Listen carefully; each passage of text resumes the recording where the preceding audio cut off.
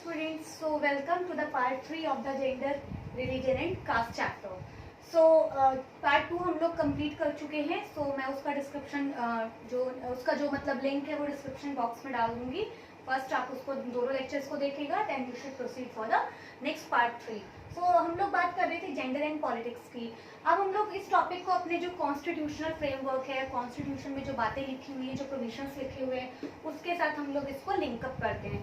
तो देखिए, इंडियन जो कॉन्स्टिट्यूशन है जिसमें बहुत सारे आर्टिकल्स हैं, अराउंड 440 प्लस आर्टिकल्स हैं एंड 12 शेड्यूल्स हैं, और जो मतलब टोटल 22-25 पार्ट्स में डिवाइडेड किए हुए हैं. तो अब हम लोग बात करते हैं कि क्या कॉन्स्टिट्यूशन में भी जेंडर को लेके कुछ बातें कही हुई हैं, कुछ स्पेसिफिक प्रोविजंस बनाई हुई हैं. तो ये हमारे जो कॉन्स्टिट्यूशन मेकर्स थे उस टाइम पर 40s में, 1940s में, तो उनको पता था कि आने वाला टाइम क्या हो सकता है, बिकॉज हम लोग हिस्ट्री में अपने वो चीज़ें पहले ही पास्ट में दोहरा चुके थे. You know, history is the mirror of the future. History जो होता है वो फ्यूचर का मिरर हम लोगों को दिखाता है कि फ्यूचर क्या हो सकता है. तो अब हम लोग बात कर रहे हैं जेंडर एंड पॉलिटिक्स की कॉन्स्टिट्यूशनल कॉन्टेक्स्ट में. तो देखिए, कॉन्स्टिट्यूशन है हमारा, तो हमारे कॉन्स्टिट्यूशन में फंडामेंटल राइट्स गिवन है. Okay, fundamental rights from article 12 to 35. Article 12 से 35 तक है जो फंडामेंटल राइट्स की बात करते हैं. तो देखिए, 12 टू 35 में कुछ आर्टिकल है जो राइट टू, जो मतलब पर्टिकुलर वेमेन को लेके बात, मतलब पर्टिकुलर इक्वलिटी को लेके बात करते हैं, जेंडर जस्टिस की बातें करते हैं. तो जैसे जो है आर्टिकल 14, ठीक है, उसमें बात की जा रही है इक्वलिटी की, right to equality and equality before law. दो राइट्स की बात है, right before equality, right to equality and equality before law. Then right to equality जो है वो फंडामेंटल राइट है एंड उसके अंदर में दो पार्ट्स हैं, equality before law and equal protection of law. एक ब्रिटिश कॉन्सेप्ट है और एक जो है वो अमेरिकन कॉन्सेप्ट है. फिर आर्टिकल 15 है. आर्टिकल 15 जो है उसमें भी टोटल 5 मतलब कॉन्सेप्ट्स दिए हुए हैं, 5 मतलब बेसिस दिए हुए हैं, जिसमें gender, religion, race, caste and place of birth. तो ये कुछ बेसिस दिए हुए हैं जिनको बोला है कि ओनली केवल इन्हीं बेसिस पर किसी के साथ डिफरेंस नहीं होना चाहिए इंडिया में. सो आर्टिकल 15 भी डिस्क्रिमिनेशन की बात करता है, 14 भी बात करता है. उसके बाद हमारे पास आता है आर्टिकल 21. आर्टिकल 21 भी राइट टू लाइफ की बात करता है, तो जिसमें राइट टू लाइफ में वही बात की गई है कि everybody has the equal right to life. तो चाहे मेन हो वेमेन हो, सबका इक्वल राइट है एक डिग्निफाइड लाइफ को लीड करने का. नेक्स्ट आता है हम लोगों को राइट, एक देखिए, इंडियन कॉन्स्टिट्यूशन में 86th अमेंडमेंट हुआ था, यानी 86 नंबर का चेंज हुआ था. कब हुआ था? 2002 में. इस अमेंडमेंट में 3 चीजें ऐड की गई थी. 3 चीजें कौन सी ऐड की गई थी? एक तो ऐड की गई, देखिए, एक चीज ऐड की गई थी अंडर 3 प्रोविजंस. तो वो था एजुकेशन का राइट. एजुकेशन जो है that should be the fundamental right for each and everyone, यानी all children should have the equal right to education. तो देखिए, अब एजुकेशन के लिए इसमें एक आर्टिकल ऐड किया गया, आर्टिकल 21A. ठीक है, कैपिटल कोई भी अल्फाबेट अगर कैपिटल में लिखा हुआ है कॉन्स्टिट्यूशन में, तो इसका मतलब वो अमेंडमेंट के बाद ऐड हुआ है. तो ठीक है, कैपिटल लेटर जहां पर भी आपको कॉन्स्टिट्यूशन में दिखता है, दैट सिंपली मींस कि that it has been added by the amendment. फिर आर्टिकल 45 एंड फंडामेंटल ड्यूटी जो है आर्टिकल 51A में. आर्टिकल 51A में टोटल 11 फंडामेंटल ड्यूटीज है. तो जो K नंबर की ड्यूटी है वो ये मतलब ये तीनों चीजें इस अमेंडमेंट के थ्रू ऐड की गई हैं. तो तीनों में किसके बारे में डिस्कस किया हुआ है? तीनों में एजुकेशन के बारे में डिस्कस किया हुआ है. किसका? कि एजुकेशन जो है वो फंडामेंटल राइट भी आती है, क्योंकि 12 से 35 फंडामेंटल राइट है. एजुकेशन गवर्नमेंट की जिम्मेदारी भी है, क्योंकि देखिए, जो भारत सरकार है, जो इंडियन गवर्नमेंट है, हमारे यहाँ पर डीपीएसपी है. डीपीएसपी का फुल फॉर्म होता है directive principles of state policy, यानी स्टेट यानी सरकार. स्टेट का मतलब गवर्नमेंट भी होता है.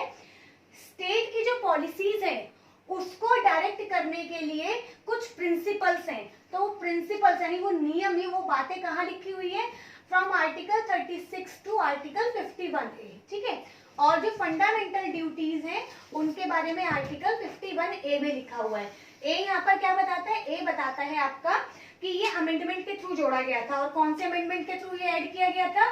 42nd अमेंडमेंट इन 1976 में। ओके, ये बहुत इंपॉर्टेंट अमेंडमेंट हुई थी जिसे मिनी कॉन्स्टिट्यूशन ही बोला जाता है इंदिरा गांधी के टाइम पे when she was the prime minister of India. ठीक है, तो देखिए अब तीनों बात हो गई है। यहाँ पर डीपीएसपी आ गया 45 क्योंकि इसके बीच में लाई करता है, और एजुकेशन के जो यहाँ पर आती है टोटल ABCD करके 11 ड्यूटीज है। तो यहाँ पर भी देखिए ये बोला गया है कि चाहे गर्ल चाइल्ड हो चाहे मेल चाइल्ड हो, यानी कि every child from the age group of 0 to 6, यानी कि 0 से 6 के लिए। तो देखिए अब इंडियन गवर्नमेंट के पास रिसोर्सेज कम है, इसलिए जो फंडामेंटल राइट्स में बातें नहीं लिखी हुई हैं उनको डीपीएसपी में लिखा हुआ है। डीपीएसपी में क्यों लिखा हुआ है, और ये जो है ये पॉजिटिव है, और मतलब ये सरकार के ऊपर मैंडेटरी नहीं है, यानी गवर्नमेंट अगर इन बातों को, इन प्रोविजंस को पूरा नहीं कर पाती तो गवर्नमेंट के अगेन में कोई क्लेम नहीं कर सकता है। ठीक है, तो डीपीएसपी अब क्यों मैंडेटरी नहीं है, क्योंकि रीजन है क्योंकि इंडियन गवर्नमेंट के पास रिसोर्सेज की कमी है, पैसों की कमी है, मैन पावर की कमी है। हम एक वर्ड बोलेंगे रिसोर्सेज इनफ नहीं है, तो इसलिए गवर्नमेंट ने इसको मतलब जो कॉन्स्टिट्यूशनल मेकर थे उन्होंने इसको मैंडेटरी सेक्शन में नहीं रखा। तो 45 आर्टिकल यहाँ पर आ जाता है, और जो फंडामेंटल ड्यूटीज है वो भी ये बात बोलती है। देखिए अब यहाँ पर जो आर्टिकल डीपीएसपी में लिखा हुआ है उसमें लिखा हुआ है 0 to 6 ईयर, यानी जो 0 यानी कि 6 साल तक के बच्चे हैं उनकी देखभाल, उनकी जो एजुकेशन की जिम्मेदारी है वो मतलब गवर्नमेंट को देखना है, और जो पेरेंट्स हैं उनके ऊपर भी रिस्पॉन्सिबिलिटी है। 21A में क्या लिखा हुआ है, 21A में लिखा हुआ है कि 6 to 14 ईयर्स ऑफ एज और जो बच्चे हैं उनकी एजुकेशन की जिम्मेदारी गवर्नमेंट की है, और यहाँ पर भी वही लिखा हुआ है same 6 to 14 years age group की एजुकेशन की रिस्पॉन्सिबिलिटी गवर्नमेंट की है, और उनकी एजुकेशन फ्री होनी चाहिए। तो ये कुछ प्रोविजंस दिए हुए हैं जो फंडामेंटल जो मतलब वुमेन्स के एम्पावरमेंट के लिए बात करते हैं। उसके बाद हम लोग बात करते हैं, देखिए उसके बाद भी कुछ प्रोविजंस हैं हमारे कॉन्स्टिट्यूशन में जो लिखे हुए हैं आपके। एक आर्टिकल और है, मुझे अभी याद आया है, एक आर्टिकल है आर्टिकल 42। आर्टिकल 42 कहता है कि मतलब जो वर्किंग कंडीशंस है, वर्किंग कंडीशंस अच्छी होनी चाहिए, किसके लिए, विमेन के लिए भी अच्छी वर्किंग कंडीशंस होनी चाहिए। और मैटरनिटी लीव का जो कॉन्सेप्ट होता है, यानी कि बेबी बर्थ के बाद जो विमेन के राइट्स होते हैं, कुछ प्री कुछ पोस्ट राइट्स होते हैं, तो वो भी यहाँ पर बात की हुई है। ठीक है, तो आर्टिकल 42 भी मैटरनिटी यानी विमेन के राइट्स के लिए बात करता है। उसके बाद हम लोग बात करते हैं, देखिए अब मैंने यहाँ पर एक रिपोर्ट स्टडी की थी लास्ट ईयर, 2019 की रिपोर्ट है वो रिपोर्ट हर साल वर्ल्ड इकोनॉमिक फोरम देता है। तो उस रिपोर्ट के कुछ फैक्ट्स हैं रिलेटेड टू इंडिया, तो मैं आपको यहाँ शेयर करना चाहती हूँ क्योंकि हमारे टॉपिक से बहुत मिलते जुलते हैं। तो सबसे पहले इंस्टीट्यूशन का नेम हम लोग पढ़ लेते हैं। It is the world economic forum, world economic forum. ठीक है, ये 1971 में बना था, और इसका जो हेडक्वार्टर है, the headquarter of this institution, इसको WEF भी लिख सकते हैं शॉर्ट में, इसका हेडक्वार्टर है जेनेवा स्विट्जरलैंड में। जेनेवा एक जगह है, सिटी है स्विट्जरलैंड में। ठीक है, और जो पर्टिकुलर जगह है मतलब जेनेवा के अंदर भी जहां पर ये मेन एस्टैब्लिश है वो है डावोस नाम का मेन प्लेस है जहां पर ये WEF का हेडक्वार्टर है। ठीक है, तो इसकी हर साल एक रिपोर्ट आती है जिस रिपोर्ट का नाम है जेंडर गैप इंडेक्स। तो हम 2019 की रिपोर्ट का आज डाटा स्टडी कर रहे हैं, थोड़ा सा स्टडी हम लोग करेंगे इंडिया स्पेसिफिक। सबसे पहले तो इंडिया की क्या रैंक आती है इस रिपोर्ट में, इस इंडेक्स में। इंडिया की रैंक जो आती है 2019 की रिपोर्ट में वो 112 आती है, यानी कि 112th रैंक इंडिया की आती है। जो बाकी के नेबरिंग कंट्रीज है, चाइना, श्रीलंका, नेपाल, भूटान और म्यांमार, उनसे काफी इंडिया पीछे है, काफी मतलब नीचे चला गया है। जो लास्ट 2018 की मतलब लास्ट टू लास्ट रिपोर्ट आई थी उसमें जो इंडिया की रैंक थी वो थोड़ी बेटर थी, मतलब वो रैंक जो थी वो करीब 104 के आसपास थी, एग्जैक्ट मुझे याद नहीं है, लेकिन इससे बेटर थी। तो 104 के आसपास थी, तो वो रैंक जो थी इंडिया की बेटर थी, लेकिन अभी इंडिया की रैंक थोड़ी बहुत मतलब बेकार हो गई है। Gender gap, global gender gap index में, इस रिपोर्ट का पूरा नाम ग्लोबल जेंडर गैप रिपोर्ट है। ठीक है। तो अब देखिए इस ये जो रिपोर्ट है हमें रैंक पता चल गई है, आपको रैंक बहुत इंपॉर्टेंट है, पता होनी चाहिए। 112वें नंबर पे आया है इंडिया, और उसमें मतलब अब देखिए इंडिया तो फर्स्ट आया है, सॉरी 120 नंबर पे आया है 112। फर्स्ट कौन आया है हमें पता होना चाहिए। द फर्स्ट कंट्री, यानी जो ग्लोबल जेंडर गैप में मतलब बहुत अच्छा लीड कर रही है, यहाँ पे जो डिस्क्रिमिनेशन है वो मतलब बहुत कम है, तो उसमें फर्स्ट नंबर पे आता है आपका आइसलैंड, सेकेंड नंबर पे आता है नॉर्वे, ओके, और थर्ड नंबर हमारे लिए इंपॉर्टेंट नहीं है, हमारे लिए फर्स्ट इंपॉर्टेंट है, और हमारा कंट्री कहाँ पर लाई करता है वो हमारे लिए काम की चीज है। तो देखिए अब इस इंडेक्स का जो मेन बेसिस है, यानी जो इंडेक्स है इसके मेन मतलब जो रिपोर्ट देती है, क्या इसका मतलब वो है किस बेसिस पे देती है, क्या पैरामीटर्स है। तो पैरामीटर्स हम लोग बात करते हैं। अभी देखिए इस रिपोर्ट के 4 पैरामीटर्स हैं। फर्स्ट जो पैरामीटर है वो है इकोनॉमिक एम्पावरमेंट या इकोनॉमिक रिप्रेजेंटेशन, यानी इकोनॉमिक स्फीयर में, इकोनॉमिक फील्ड में इकोनॉमिक रिप्रेजेंटेशन। सेकंड जो बेसिस है, सेकंड बेसिस आता है इसका political representation, political representation. Third जो बेसिस आता है इसका that is the health sector, and fourth is the educational sector या एजुकेशनल फील्ड में क्या रिप्रेजेंटेशन। तो ये 4 मैंने आपको बता दिए। तो देखिए economic field, political, health and education, इनको बेसिस मानकर कि विमेन का इकोनॉमिक एम्पावरमेंट में क्या योगदान है, क्या रोल है, what is the role of women in the political field of that country.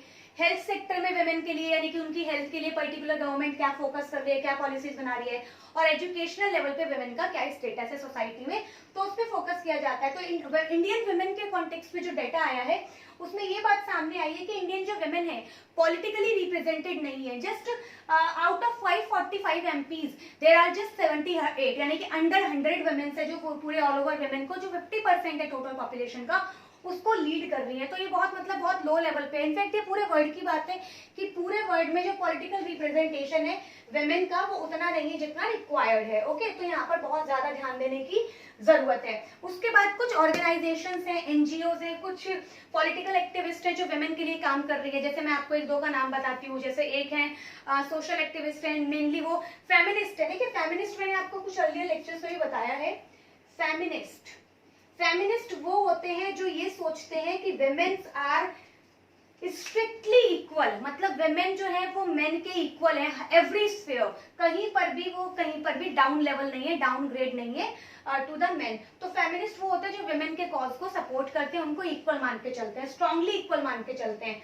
तो फेमिनिज्म की थ्योरी भी है, फिलोसोफर्स भी हैं। तो कुछ मैं आपको इंडियन फेमिनिस्ट की बात बता देती हूँ। जैसे एक है उमा नारायण है, ठीक है, उमा नारायण एक बहुत फेमस इंडियन फिलोसोफर है, इंडियन फिलोसोफर एंड फेमिनिस्ट है। फिर एक मेधा पाटकर है, और एक है मेधा पाटकर है, और भी काफी सारे विमेन एक्टिविस्ट है, जैसे अमृता प्रीतम है। तो ये सारे विमेन एक्टिविस्ट है जो विमेन के कॉज के लिए बात करते हैं। फिर इंडिया में एक कमीशन है जिसका नाम है national NCW, national commission for women, 1992 में ये बना था, ठीक है, नेशनल कमीशन फॉर विमेन। यानी कि ये मेनली जो है विमेन के लिए, विमेन के ऊपर कहीं पर भी कुछ बात हो रही हो, चाहे वो डोमेस्टिक वायलेंस हो, चाहे वो हैरेसमेंट हो सेक्सुअली या मेंटली, किसी भी तरीके का विमेन से रिलेटेड जितने इश्यूज हैं वो सब यहाँ पर डील किए जाते हैं। अब ये जो कमीशन है इसके भी कुछ इश्यूज हैं। जैसे अभी ये कमीशन जो है ये एक स्टैट्यूटरी कमीशन है। स्टैट्यूटरी का मतलब होता है, स्टैट्यूटरी वो इंस्टीट्यूशन या वो बॉडी होती है जो लॉ के थ्रू बनाई गई है, मतलब भारत की पार्लियामेंट ने या स्टेट लेजिस्लेचर ने, अभी हम सेंट्रल लेवल की बात करें क्योंकि नेशनल वर्ड आ गया है, तो इंडियन पार्लियामेंट जिस ऑर्गेनाइजेशन को, जिस बॉडी को लॉ पास करके बनाती है उसको स्टैट्यूटरी ऑर्गेनाइजेशन बोलते हैं।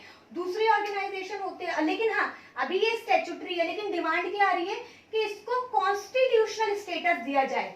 इनफैक्ट अभी इंडिया में दिया भी गया है किसको, जो NCBC है। NCBC क्या है, national commission for backward classes, ठीक है। इनको अब ये भी एक ऑर्गेनाइजेशन थी, कौन सी, जो बैकवर्ड क्लास, जो ये OBC वगैरह होते हैं इनकी बात करती थी। पहले जो NCSC था, शेड्यूल कास्ट कमीशन था, वही बैकवर्ड कमीशन की बात करता था। फिर सेपरेट कमीशन आया, तो लेकिन अभी ये भी स्टैट्यूटरी था। तो अभी 2019 में इसको कॉन्स्टिट्यूशनल स्टेटस मिल चुका है। तो अब इनको भी लग रहा है कि हमें भी मिलना चाहिए ताकि हमारा जो होल्ड है वो और स्ट्रांग हो जाए। तो कॉन्स्टिट्यूशनल स्टेटस की मांग की जा रही है कि भाई वुमेन जो है वो 50% है, उनकी बात कोई सुनता नहीं है, उनके अगेंस्ट में जो क्राइम है, चाहे वो मतलब किसी भी तरीके का क्राइम हो, मध्य प्रदेश बहुत आगे है वुमेन के अगेंस्ट में क्राइम्स में, इनफैक्ट मेनली जो रेप केसेस हैं, ठीक है। तो इसको कॉन्स्टिट्यूशनल स्टेटस मिलना चाहिए ताकि वुमेन रिलेटेड जितने भी इश्यूज है वो बहुत अच्छे लेवल पे सॉर्ट आउट किए जाए, बहुत फ्रिक्वेंट फास्ट ट्रैक मोड में उनका सॉल्यूशन दिया जा सके। ओके, सो अब यहाँ पे हम लोगों का ये जेंडर और पॉलिटिक्स वाला टॉपिक कंप्लीट हो जाता है। अब हम लोग इसके बाद स्टार्ट करते हैं अपना रिलीजन एंड पॉलिटिक्स को वाला टॉपिक, ठीक है। तो देखिए रिलीजन, आई होप आपको यहाँ तक तो समझ में आ गया होगा, ऐसा कुछ बहुत हार्ड एंड फास्ट नहीं था, मैंने डेटा रिलेटेड चीजें आपके साथ शेयर की हैं, ठीक है। तो अब हम लोग अपने टॉपिक में आगे चलते हैं और बात करेंगे रिलीजन एंड पॉलिटिक्स की। तो रिलीजन और पॉलिटिक्स कैसे इन्फ्लुएंस करता है, क्या रोल प्ले करता है, आप लोगों को पता ही होगा, बट स्टिल हम लोग डिस्कस करेंगे इसको। तो रिलीजन एंड पॉलिटिक्स, देखिए रिलीजन, सबसे पहली बात तो हमें पता होना चाहिए रिलीजन क्या होता है, कुछ नहीं होता, एक सेट ऑफ बिलीफ्स होते हैं, सेट ऑफ वैल्यू सिस्टम होता है towards a particular particular ideology. कोई भी आइडियोलॉजी है, कोई भी मतलब एक हमारा माइंडसेट बन जाता है किसी चीज के लिए, हम किसी चीज को मानते हैं नहीं मानते हैं, चाहे वो आइडोलेट्री सिस्टम हो, चाहे वो मोनोथिज्म हो, पॉलिथिज्म हो, कुछ भी हो। तो रिलीजन और पॉलिटिक्स, तो क्या पॉलिटिक्स और रिलीजन एक दूसरे पर इंटरडिपेंडेंट है, whether politics affect the religion and religion affects the politics, तो क्या इशू है ये। तो हम इंडिया की अगर हम बात करते हैं, सो लुक, इंडिया में religion and politics both are interdependent, both affect each other in every sphere, because religion के बिना पॉलिटिक्स इंडिया में तो इम्पॉसिबल है, और पॉलिटिक्स विदाउट रिलीजन मजा नहीं आएगा करने में, ठीक है। तो हम लोग बात करते हैं रिलीजन की। अब देखिए सबसे पहले तो हम ये पता करते हैं इंडिया में रिलीजन कितने हैं, ठीक है। तो आप लोग जरा मुझे कमेंट सेक्शन में बताएंगे कितने रिलीजन है आपके अकॉर्डिंग, मैं तो बता ही रही हूँ। तो इंडिया में रिलीजन मेन कौन कौन से हैं, सबसे फर्स्ट आता है हिंदुइज्म या हिंदू, देन मुस्लिम या इस्लाम, देन क्रिश्चियनिटी,